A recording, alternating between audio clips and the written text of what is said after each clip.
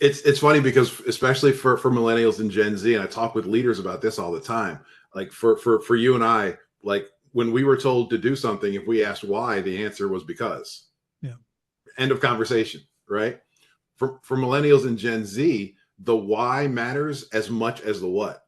Mm-hmm. So for leaders who have millennials, Gen Z who are on their teams that are struggling with, like, I asked you to do something and it's not getting done, and you have more questions, like that's the reason. It's not that they don't want to do it. It's Welcome to the Sharpen the Spear podcast, where we help home service pros cut through the noise, sharpen their business tools, and reclaim the profit, freedom, and impact they've been missing. I'm your host, Richard Walsh, Profit Freedom Coach, and I'm here to help you stop grinding and start growing. Let's sharpen the spear. And we are back on STS Sharpen the Spear podcast with another incredible guest. I have got John Little with us, and I know you're all excited, probably as excited as I am. But John, we're going to do what we always do on STS. No one knows John better than John. John, give us that backstory, bring us up to speed, and we'll get into the conversation. Yeah, thank you, Richard. Hey, everybody. John Little. I am the founder and CEO of the Winner's Edge Coaching. So I'm based in Fort Lauderdale, Florida. Originally an upstate New York kid, which is why I live in Florida today. I would rather sweat than shovel any day of the week. But I have kind of worked my way down the East Coast throughout my life. Went to college in North Carolina. I worked in television production in Atlanta for 10 years. Worked in banking and mortgage. And that's kind of where I started to learn about being in leadership in the corporate space. Did that for a number of years. Have had, like, I like to describe it as a career jungle gym. That's taken me into a number of different and exciting places. Did consulting for a number of years, worked at a real estate firm, and have had my coaching practice for the past couple of years. And it's just been absolutely amazing to be able to connect with different people and hear different stories and just really contribute to people's success and overall happiness in their lives as leaders. That's awesome, John. You know, there is, like me, I have some similarity in the way the varied careers, varied backgrounds. Okay, now I did it all with businesses and things like that. Worked a little bit of coming out of the core, but you know, it really adds to a larger. What do I call it? What would I call it? A better and larger perspective on business in general, because you've had exposure to they're not similar things you did. Okay, Right. you're making some pretty. I can't call them pivots; they were like right turns. Right. You're going these different careers, man. So that's really cool, and that takes some stones.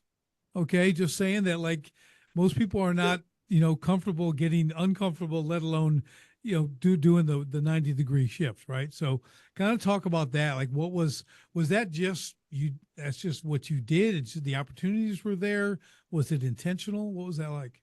Yeah, so it's a great question, and I would say a little bit of yes to all of the above. It was intentional. So taking all the way back to college, like I had a singular focus when I was in college. Like I wanted to work in sports broadcasting. I wanted to work in television. I wanted to work at a national network, and so my sights were set on CNN Sports. And if you're the right generation, you remember when CNN Sports was a thing. I know it's now ESPN and everything else, but this was kind of pre-internet, early-ish days of cable. It was CNN Sports and it was ESPN. And I, as I mentioned, I'd rather sweat than shovel. So I was not going to Bristol, Connecticut.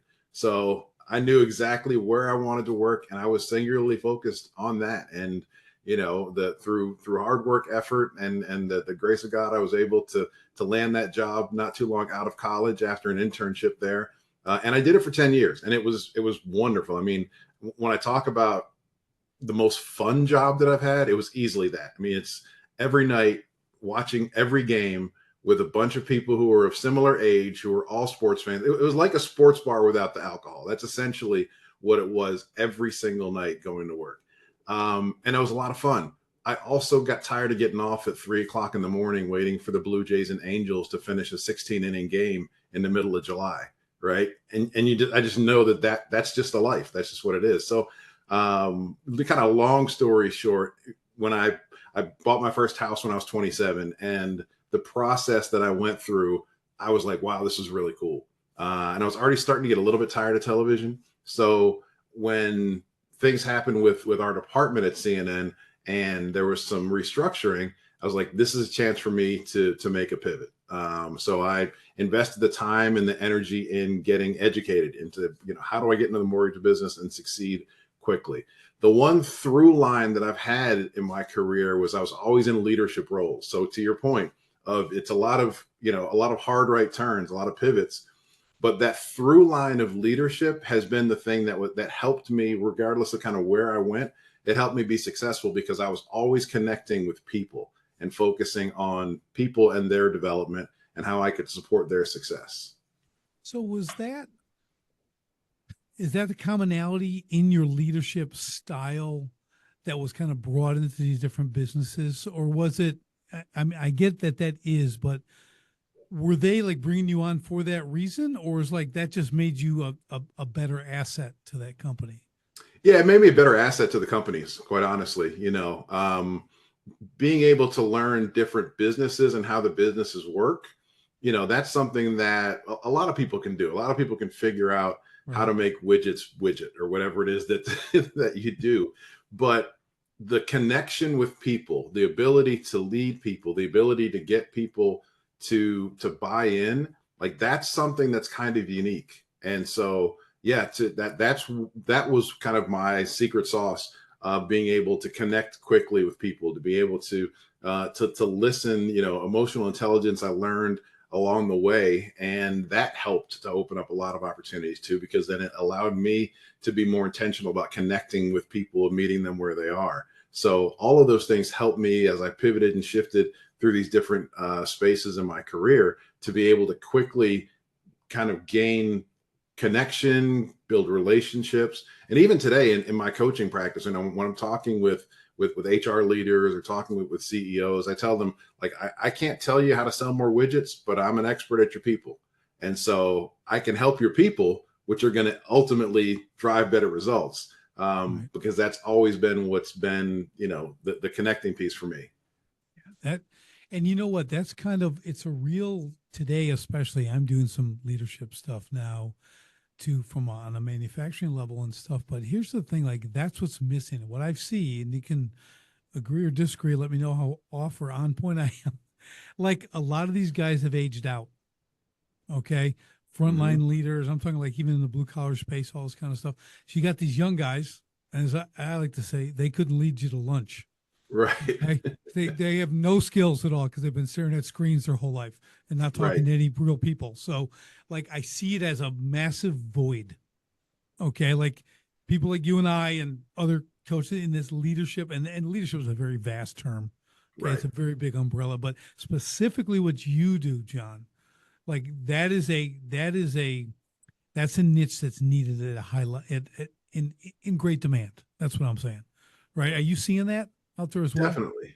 Yeah, definitely. It's funny that you mentioned the generational layer, because that is so for the first time in American history, we have trickles of 6 different distinct generational groups working at the same time, right? We still have some of the silent generation, not too many that are left of the silent generation, but we've got a number, still big number of boomers, big number of Gen X, even though that's the smallest generational group. The largest group in the workforce right now is millennials. And then Gen Z is coming, and Gen Alpha is right behind them. I mean, within 3 years, we're going to start seeing our first Gen Alpha employees joining corporate spaces. And the ways that we approach work, the ways that we approach leadership, the ways that we approach connections and relationships, they're so dramatically different. And to your point, yeah, people who grew, and this is not, no shade or anything on millennials or Gen Z, like the social skills that they grew up with, because of their access to technology, because of the way that they learned, because of the way that they were raised, they're very different than boomers and Gen X, right? Right. So I've got a really close friend who's a millennial, and I always joke with her that, like, I grew up playing on broken glass. Right. So like I just figure out a way. I find a way to find a Right. way. Right. But as a millennial or Gen Z, like that's just not the approach that they have. So from a leadership standpoint, the way that they lead is much different because they lead through the lens of, you know, that their perspective and their experience. Yeah, I really like that, and that's the challenge, right? You're not going to convert them to the baby boomer way, okay, the Right. Gen X way. You've got to work in where they're at. So how do you got to bring those skills and put them in context with their kind of, I'll call it a belief system, if you will, from a Yep. leadership thing, right? That's kind of what you have to do, and that to me is the challenge, like because you just want to give them a throat hug. You know what I mean? With the hand. Okay. Right. A little Right. bit different. So, but that doesn't work. So you've Right. got to find that way. So if you've really kind of mastered that way, and I had an author on once talking about that exact generation, how to work with really cool. He interviewed all these guys, really found out like what makes them tick, what are they interested, right? What are their priorities? Right. That's what you got to understand because you're like you give them something to do and they could give a rip about that. That means nothing to them, and I don't care what it is or how much you're paying them. They don't Right. care. They don't care, Right. and that's going to show. Okay, Yeah. that's a word. It's funny because especially for millennials and Gen Z, and I talk with leaders about this all the time. Like for you and I, like when we were told to do something, if we asked why, the answer was because. Yeah. End of conversation, right? For millennials and Gen Z, the why matters as much as the what.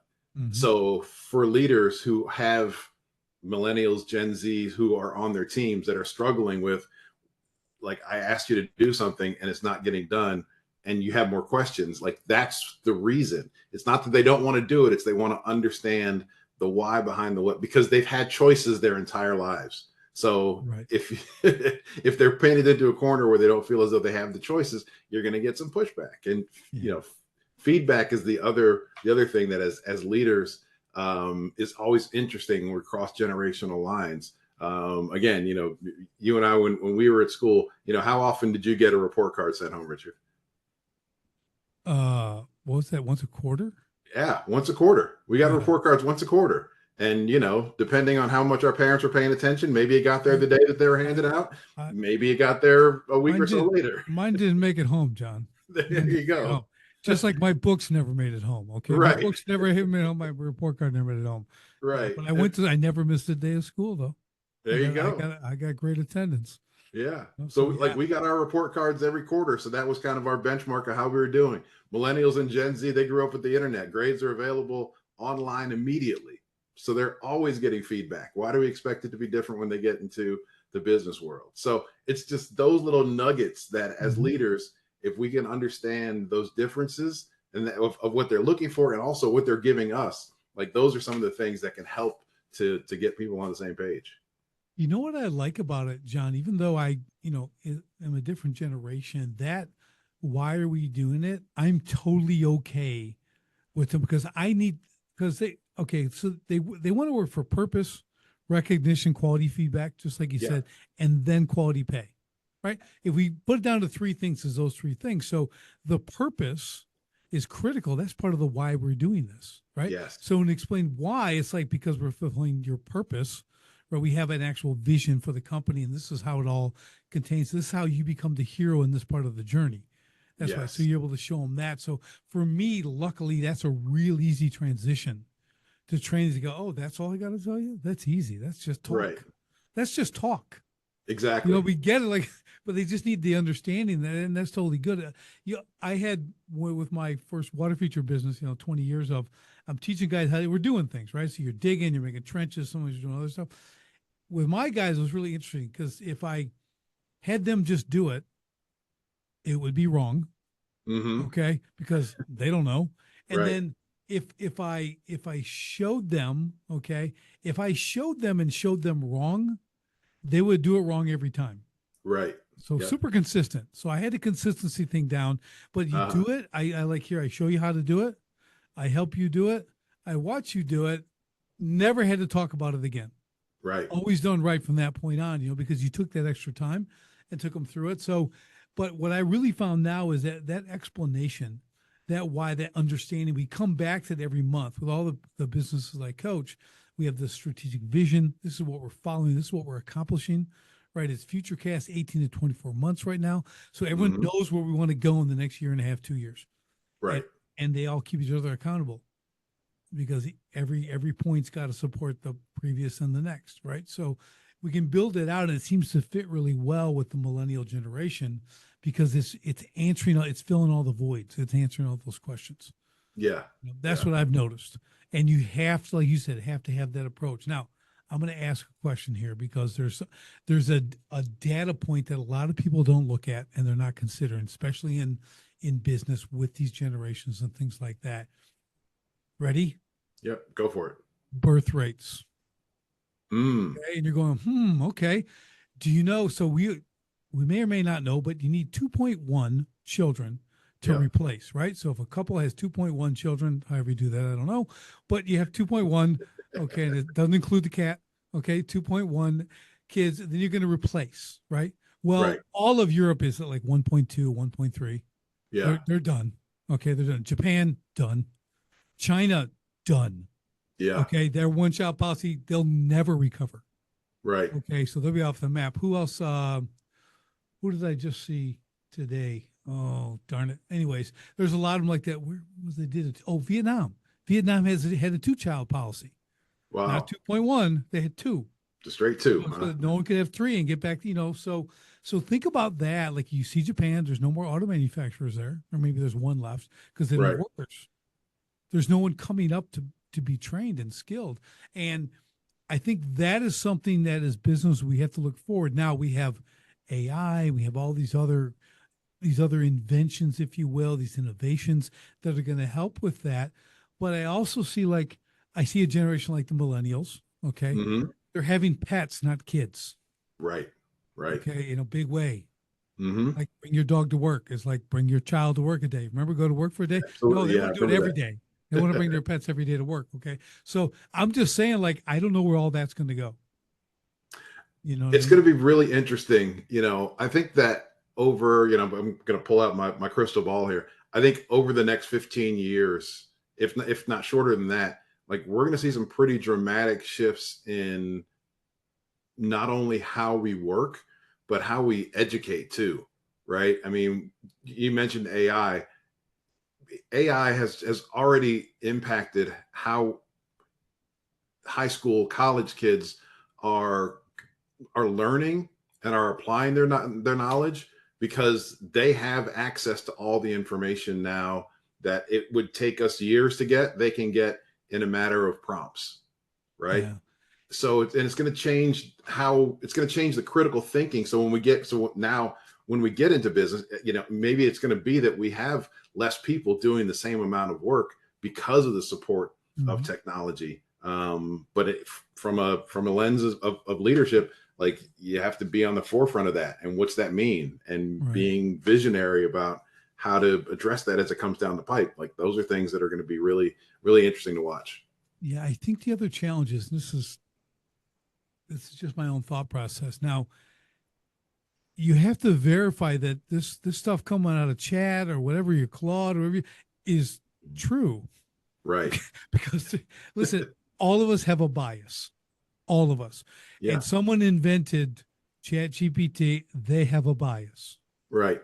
Okay. So depending if you start comparing the two, you'll start to see the bias. So it's really going to be, it's revisionist history, it's all this kind of stuff. Like that's where I see more of a challenge Yeah. because you're like if half your team is using Grok, which is let's say more I'll call it conservative, okay, Uh-huh. and the rest on chat and they're more liberal, okay, who's doing the truth? You got a clash of again It's a you're great back to point. biases, and I'm like, oh, where's that going to go? But I'm an overthinker, okay, so No, it's a great point though. yeah, but when you think about that, and it's a challenge. It's really cool. I think it's really cool because Yeah. I love everything it can do. I love. Oh, I've never been an early adopter on new technology and stuff like that. I'm still not Mhm. as far as AI goes, but Okay. I'm doing it all now. I think I'm still considered early. Yep. And what it's doing for my businesses and all the clients we're working with is amazing, and I can't build it fast enough. Right. Okay, because I Right. know what it is, and if you don't out there, you better figure it out like yesterday because you're Listen, going to be in the dust. I tell you what, like it's moved so quickly, but it's also so valuable. I mean, I'll just share an example, kind of similar to what you were saying about how it's impacting business. You know, I had a client who needed to rewrite a course manual Hmm. because you know, they got some federal funding. Some of the changes in the federal government this past year, it was no longer going to work for the funding that they got. So I went right into chat. I put the material in there. I was like, hey, you know, we've got ABC. It needs to read like XYZ, and boom, done. Was that a long 3 minutes? Was that Yeah. a long 3 minutes for you? Rewrite the whole thing. It's unbelievable. I mean, Right. I mean, it's for guys like us. Again, I might be, uh, referring to age. It's absolutely fat. I was telling my wife the other day, if I had this Oh man. 25 years ago, oh my gosh, what I would be doing.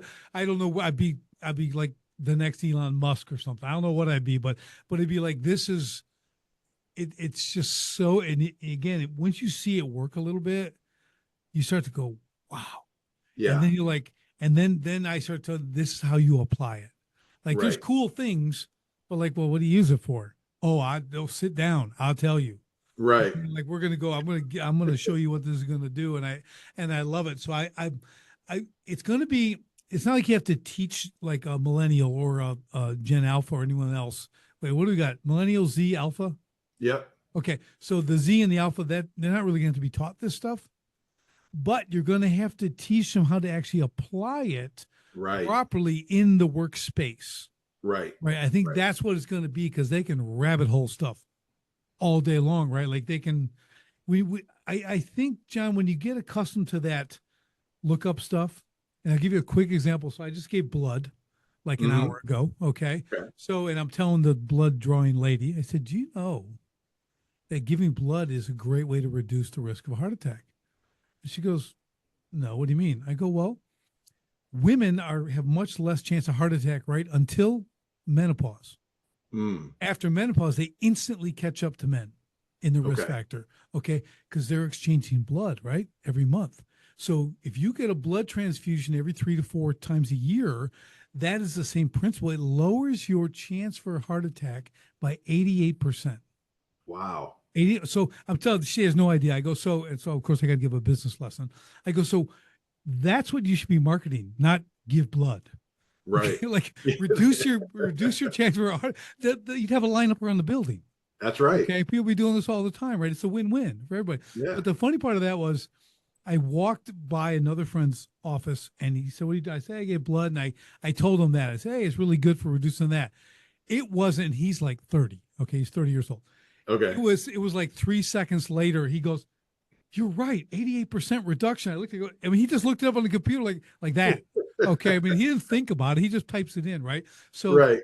the moral of the story is, when these guys they get so accustomed to that research ability, right? Yes. Like, so I'm just wondering like where it goes when it comes down to real critical thought, right? So if you want to train, like I train my kids in critical thought, right? We homeschool them and did all that stuff. So little different situation, but in the workplace, Mm-hmm. as you're leading and training these people to lead, right? There has to still be an element of the mind, and I'm not saying they're brain dead, but if you're always going to the phone for the answer, if you're Right. always going to chat for the answer, what, like, and we're prognosticating.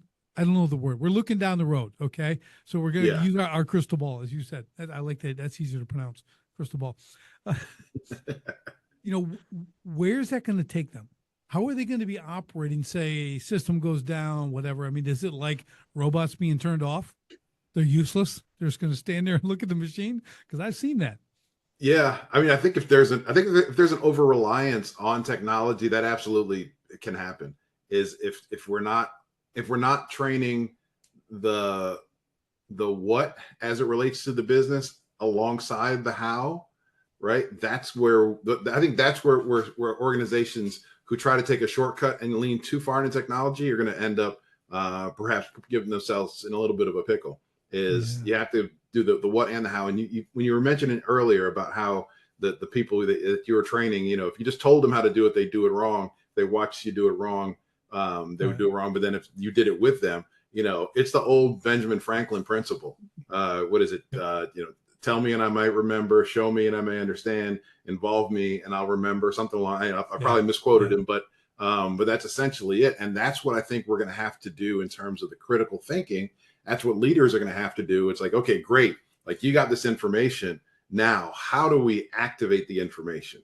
Yep. How do we use it? And that's going to, so leadership's going to evolve too. Leadership is going to be, it's already starting to, it's getting so much further away from task-based leadership and transactional to being people influenced and transformational, because again, that's what's going to be needed in that time. Like, you're not going to need me to show you how to do something, because you can put it into Chat GPT and get instructions that I can tell you. But what you're going to need is the human connection, the support, the questions, the feedback, all of the things that a computer just quite simply can't give you in real time through observation. Yeah, I think it needs to be a balance. What I'm doing I like the hands-on seminar stuff. So not just competency and like, here is how you work a saw. I mean, like, let's role play. Okay, Yes. let's conflict resolution is like you're face to face. Yep. Okay, we're a heartbeat away from, throwing hands. Okay, now we're going to take that though. You don't have time to go to chat. Okay, and Right. ask what should I say? Okay, so Yep. because I'm like, they're still human beings. They're going to have the bad day. You're going to say just the wrong thing. Right. Okay, and they're going to lose their mind. Okay, Right. and you got to deal with that. And Yep. that ability to overcome that moment is your greatest test as a leader. Yes. Okay, I mean, it's got so. I think what businesses have to look at is, again, run parallel with the technology and the human element, but train up that human element, because you also remember they're going to take this into their life, Right. into their families and their communities, things like that. Like, and our world is really short on leaders, Mm-hmm. really short, right? We need people to go out, not just in their job, at church, maybe in the schools, maybe just in Right. in the community alone. Like, they have to take some leadership, right? And they got to know how to have conflict resolution, right? They got to know Yeah. how to lay out a plan, how to Right. serve. They need to know how to serve, Yeah. right? They truly need to know how to serve. What that means, they're not just standing there, ivory tower guy, sending down orders, right? So Yeah. there's a lot of layers to it, as you know. And I'm trying to go that route. Like, I want to build it so that's kind of the norm, because then Mm-hmm. you've got incredible people. Right. Right. Otherwise, you basically have AI Basically. and someone to push the buttons. Okay, Yeah. so you're really doing this. So you're literally dumbing down your people. And to me, that's just a bad business move. Agreed. You're going to ruin retention, right? They're going to have dissatisfaction. Again, they're not working for purpose. All these things that actually make a human come alive and stay at a place can be, in your inability to see the need for both of those. It really can long term hurt your company, I think, in a big way. Yeah, definitely. I mean, that's, regardless of where technology goes, there's no replacing human interaction. Right. And especially from that the investment that leaders put into the people that they're developing, right? That those are the things that make someone want to work harder. Those are the things that make someone want to, there's the term that we throw around in the HR world, discretionary effort, right? You'll want to give that discretionary effort to a person, not to a process. You want to ask questions to a person and not a process. Like, Right. those are the things that as we go forward, again, that's not going to disappear unless companies decide that they can try to take shortcuts. And it's the connection between, think about the people who've influenced your life. Think about the people who, either showed you a way or inspired you in a way, or maybe even gave you, the kick in the butt when you needed it to get you back on the right track, right? Those are all things that just simply can't be replaced. And we have to continue to invest in developing and growing leaders for that very reason. Yeah, I think that's the point. The great leaders make more leaders. Yes. That's got to be the mindset. Well, I don't care what level you're at on the floor, all the way up to the C-suite, whatever. Like, if you're not creating other leaders, okay, and this is a huge part of delegation too, Yeah. right? You got to understand, like, if I can create leaders, again, they're all at a different growth spot, right? And they're gaining new experience and wisdom and all this stuff. So all of those, you're delegating that, but then you get into those leaders that'll handle those under them. And it's just it's a standard chain of command, if you will. I Right. use the military term, right? It works. That works. Okay. Yep. Like if they know it, and if you're able to create more of those leaders, just like you got a lot of sergeants, you got a lot of corporals, you got lance corporals, you got PFCs, so you can go through this like, wow, there's more than one. How about that? Uh-huh. It's like, they all have a role, and each one of them can step up to the next position if need be, if called Right. out. That's what it's about. Like you take that into the workplace, and that should be the culture. Right. Agreed. That's Yeah. what we're doing and I always encourage people, like obviously we want people to stay at our business, right? But there are ceilings. There's ceilings at different positions and in companies, and they're going to have to go on. They're going to move on if they want to better themselves, and you hope that they do. Right. Because if they don't want to better themselves, they're not going to be a good employee anyways. Yeah. So the whole kind of catch-22 there is you want them ambitious, and you want them to get better, and understand that eventually they're probably going to leave. Right. If they don't, Right. and that's okay because you want to send them out highly trained to another place and they go, man, where did you used to work? Yeah. Oh, I was over there. Yeah, Richard's place, man. It taught me everything. I was like, wow, that's a cool place to work, right? Yeah. And I always tell people the good part about that guy who left and got that next higher level job, when someone comes and asks him where they should work, someone younger, he's going to go work for Richard. Absolutely. They will dial you in, man. That's where I started, and Yeah. now I'm up here.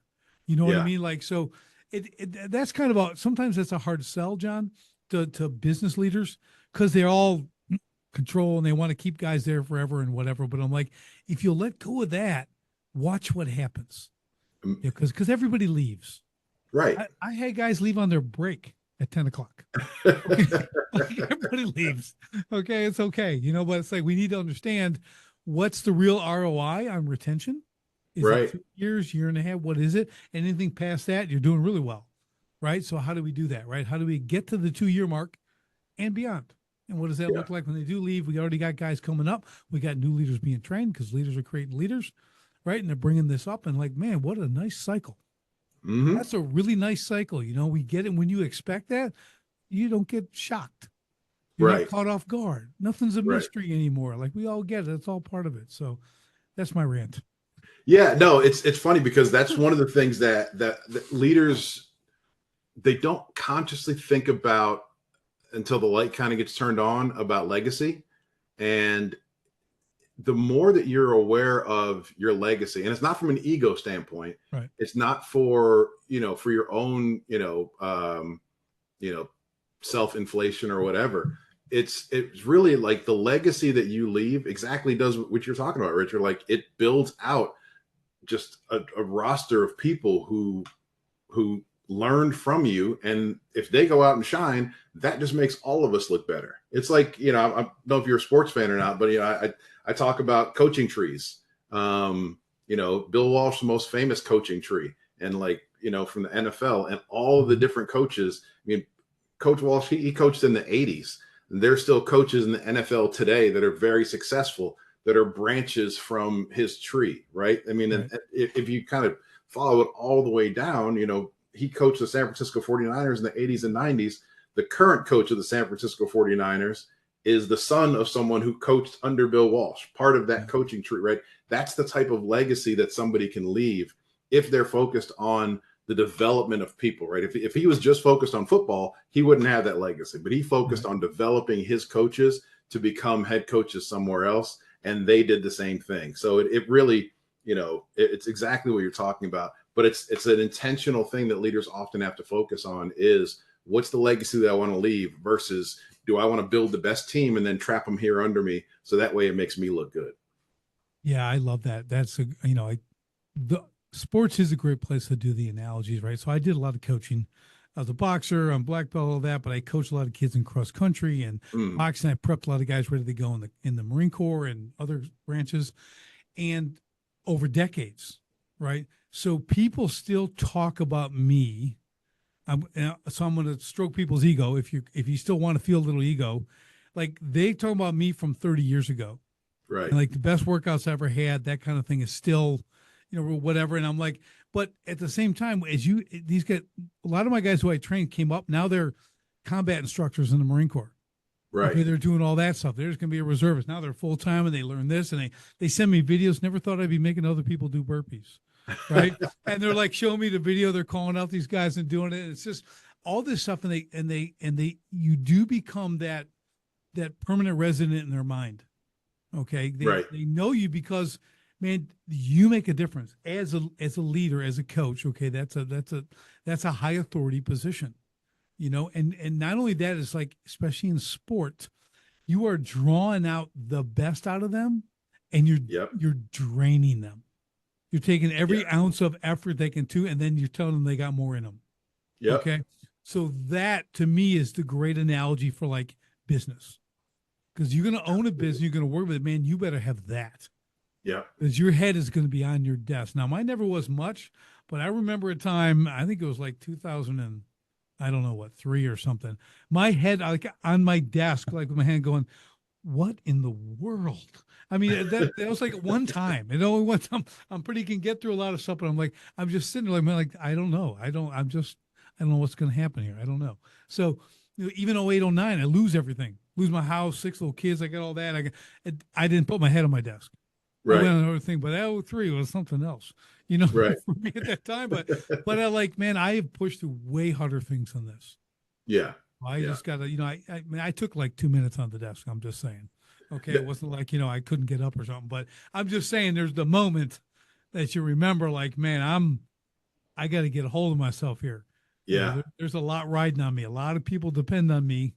I support families in my business, right?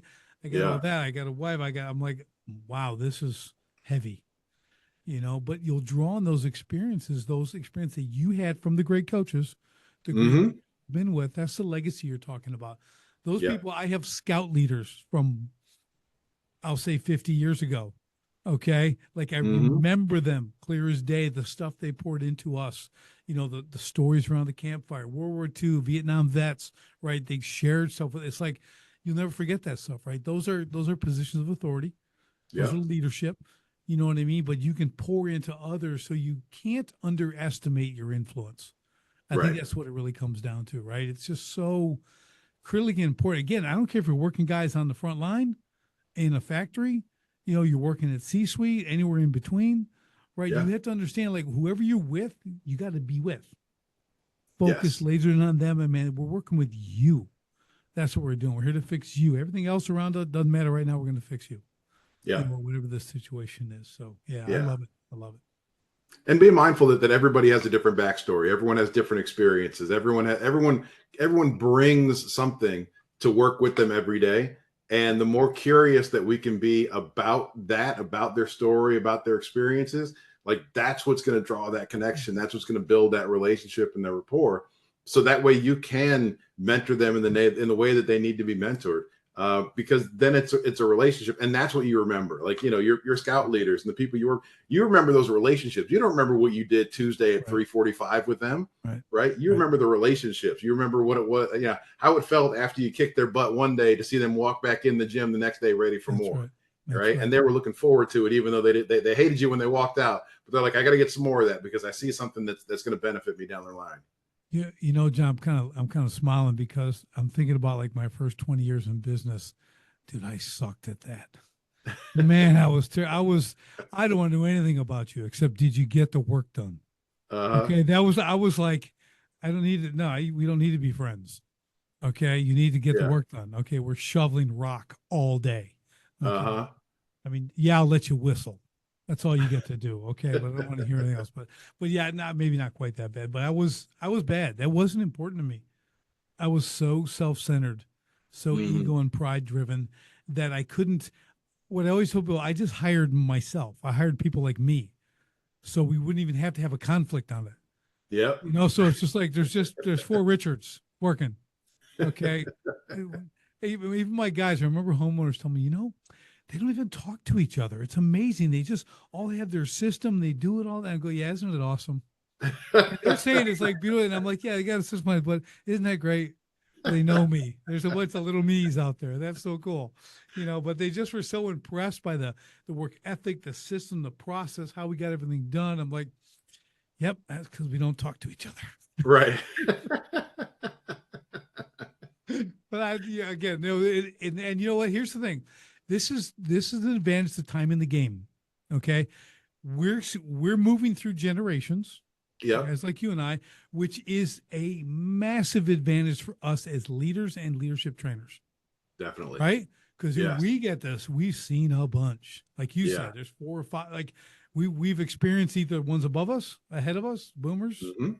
Then there's X, here we are, and then there's this, here's millennial or whatever's next, and it just we can see it all. We've been through it, so we've had a taste of everything, so we can actually tailor our training. That's Yes. why we're excellent leadership trainers because we have time in the game. You Right. know, you're not going to get a 20-year-old like teaching like we can teach. No. I'm not saying they're no good. I'm just saying that they can't bring this level of wisdom, experience, knowledge, and make it applicable to the current gen. It's pretty Right. cool. Yeah. Yeah. There's definitely a benefit of being able to tell a boomer in 5 words the same thing that you would need 35 words to tell a millennial and deliver the same exact message, Right. right? But understanding that that's what they need. So Right. that's what we do, right? But yeah, Yeah. someone who doesn't have that experience, that just it just makes it harder on everybody all the way around. Yeah. I think the advantage of what you're saying right there, John, is that we we understand the outcome desired Yep. and we figure out the way to get there. If the 5 words didn't work, we'll do the 35. Right. Okay. We understand what it's going to take because we know what the outcome is going to be. And when you know what the outcome is, if you're smart, right, and you understand people and relationship, like I know how to get them there. Yes. I often share there's a book, I don't know if you ever read it called The Endurance about Ernest Shackleton. They Mm. were stuck in the Antarctic for 2 years, stuck on the ice, Okay. living on the ice. 28 guys, him brought them all back alive. Okay. Wow. And it's an amazing story. If you have a good book, it's so cool. It's like 1916, 1917 when this Okay. happened. Okay. But what Ernest did as a captain, he understood the personalities of all his men. He took a guy, they ended up taking this little, basically a rowboat, to go to from Elephant Island to this whaling station, whatever, around the Cape. It's unbelievable they even made it. But he took one guy who was a complete jackleg. Okay, like Mm. no one liked him. Okay, he goes, I got to take him with me. If he stays with these guys, someone's going to die. Okay, Right. probably him. Okay, Right. probably him. So he brought him with him. He knew that all those guys made it. They got to where they brought 3 months later. They brought the rescue ship back, picked everyone up, everyone lived. But the whole journey, when you read it, it's an awesome book if you want to look at from a leadership standpoint. It's Mm. really cool to watch. I mean, to read because you'll pick up some unbelievable nuggets on just that. And these are some gritty dudes. Okay. You're living on the Arctic ice. You're wiping your butt with ice chips. Okay, that's the best way I can sum it Right. up. Okay, you're killing penguins and eating penguins. Yeah. Okay, like that's what you're doing. Okay, and you got sea leopards trying to eat you. Okay, I mean Jeez. it's like but from a leadership standpoint, you go, man, that was some genius leaders. The way he just knew and the right. It's just, man, it's a good book to read and review and you'll love reading it because it's a heck of a story. Okay. And again, if you think you're going through a hard time, like remember that book. Right. You Right. don't know hard. Okay, you don't know hard. That's what I Yeah. do. So, but there's so many great examples out there, and I love books. I love to read. I love to write. But like taking those kind of nuggets from these people who have done these incredibly difficult things, Hmm. right, and applying them, like, well, how can they use that? And you look at how they led, Yeah. okay, with these very different, super athletes to the average mope. You know what I mean? Like how can they work with both? Right. You know how it is. You get working with, because I got to work with professional athletes, okay, and train. I did all kinds, and then I got to work with middle school kids, Hmm. okay. Like, okay, there's a little bit of difference, Right. and you know what? I'm going to tell you, I was way happier working with the middle school kids. Yeah. Okay. I believe it. Because they're all about listening and doing and doing. I tell them, and the other guys are like, not going to work because they think they're all talent and they'll work. Uh-huh. It's a whole different set of tools you got to have for those Yeah. levels. You know what I mean? I Yeah. mean, leadership is not leadership. Okay. Right. You know what I mean? Right? Would you agree? I mean, I know it's kind of a blanket statement, but it really isn't. Yeah. It's not a one size fits all, right? And that's, I think, the cool thing about leadership and the cool thing about when you have opportunities to do different things with different organizations is you have some certain principles that you may lean into, Mm-hmm. but you have to learn quickly that what worked at company A isn't going to work at company G because there's so many different factors that are going on. So it's great to have your leadership toolkit, but a big part of that toolkit needs to be your flexibility and your resilience and your ability to meet people where they are at any given time, because that's what's going to that will allow you to then dig deeper into that tool bag, and use some of the leadership skills that you have. But you got to build that relationship first, and you got to understand, the culture and understand the climate and the environment of the company where you are, so that way you're able to kind of fit in and you're able to connect with folks. Yeah, that's what I was just thinking. Let's talk culture for a minute. Yeah. Like you're going to go into these, like, I mean, there's some messed up businesses out there, brother. You've Yeah. been in them. I've been like, man, there's like the nuts are running the asylum, right? I mean, I mean, I've been in places like, you're kidding me. Like, I'm like, this can't happen. Like, Right. I can straighten it up pretty fast. But what about when you get dropped into these, like, you're going to come in, you know what you're supposed to teach them from a Mm-hmm. leadership standpoint, but no one told you about the culture. And now you Yeah. drop and you show up on day one and you're just got you're just looking like this. You got to be kidding me. Yeah. Like, where do you begin? Like, how do you address something like that? Those are tough ones for sure. And I've had a couple of those situations. I've had more of the better kind than some of those. Right. But honestly, the way that I typically like to handle those situations is, let's start talking about what are some common understandings that we have. Like, one of the things that I like to do before I work with a company is to get an understanding of, so what are your company's values? Right. What are your stated values? Because I think and I know stated values and behaviors are not always synonymous, right? So what are your stated values? Because if we have that disconnect in the room, then let's go to our values and let's start to have a conversation around common language and see if we can build some momentum from there. Because that I've found that even when you have fractured organizations, they all generally believe in the same principles of the company. It's just how much they're committed to it, or even do they understand how to activate and operate within what the values of the organization say that they're about. Yeah, that is so spot on. You got it. What we find, and as I talk to other experts and everything else too, when you have like employee issues, okay, team problem, there's a misalignment in core values. Yes. When you really look at it, it's like, man, so you know whose fault that is? The people who hired them. Yep. Okay, like you don't know the core value. You're misaligned. No one's gonna, if they have misaligned core values. If they can't, like, they shouldn't even be in the building. Right. Okay, like I know you want someone with a pulse. I get it. Mm-hmm. Okay, but like, this is a bad hire. Right. They will be gone in a week, a month, whatever. They're gonna drag 3 people down with them. Yep. Right? They're a cancer. Mm-hmm. You just inserted a cancer into the team, and cancer usually wins. It'll Right. destroy everything it touches. Right. So Yep. you got to understand that. So I'm glad you said that, because core values is something you really need to assess as a business owner. Like, what Mm-hmm. are they? We all Right. feel like, yeah, I got great character. Do you? Right. What does that actually mean? Can you describe that to me?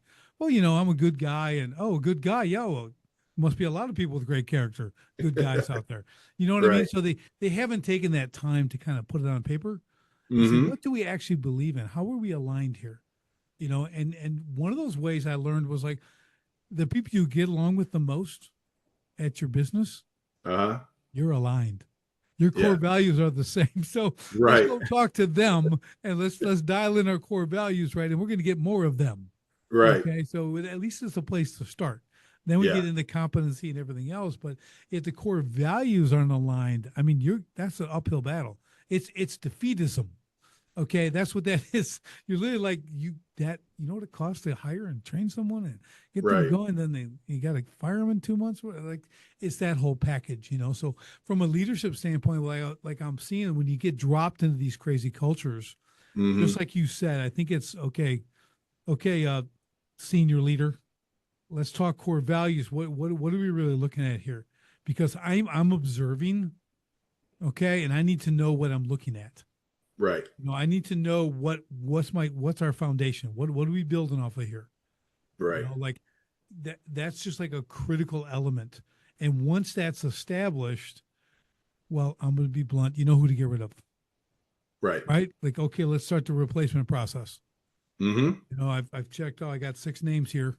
We need to fill these positions. Let's Yeah. start looking. Yeah. Okay, they're going to keep working for right now, but then they're going to be see ya.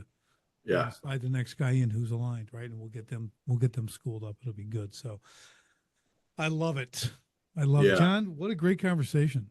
Yeah, It's likewise. I really enjoyed it. And just to kind of put a bow on this last part of it, and I think you'll probably crack up at this one. A number of companies that I've worked with this year, one of their values has been accountability. And a lot of times when I'm talking to them about, okay, so what are you struggling with? Accountability.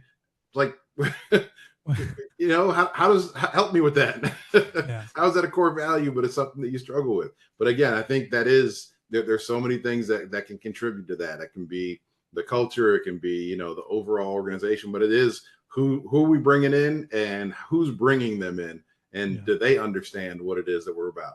You know what I think, John? You say accountability, like they'll say accountability, like, okay, that's too ambiguous. Is it Hmm. self accountability? Right. Is it, do they follow direct? Like, what level? What are you looking for? It's hard for that to actually be a core value. I feel like it's accountability is kind of a tool. Hmm. Okay, like I said, if you've got self accountability as a core value, that's going to be hard finding all those people. Okay, because that's one of those. No one Yeah. wants to be self accountable, right? I mean, Right. there are people there are out there. I'm not saying guys like you and I might be that way, but you know what I mean. I'm kind of thinking about this off the cuff here. Like that's a hard core value to Right. really say, is this actually a core value? Because everyone has to define what accountability means. It's super subjective, Right. Right. right? So that could be challenging. So sometimes I'll get with you and I can say, okay, let's walk through this. Let's workshop this word, this Hmm. value. What does it actually mean? Is this truly a value or is it an expectation? Yes. I Yep. right. I think I'd like to get core values, and then close to that and close second is expectations. Right. Yep. There's an expectation of accountability is going to be expected, but it's also built into the system. Right. Right. The key is Yeah. building in accountability into your systems, and that makes it really great. So I love it. I love it. So I'm not going to let that be your final thought. All Okay, right. you're going to give me another final thought as again we totally wrap this up, and then we're going to talk about how people can get in touch with you. So dig deep, John.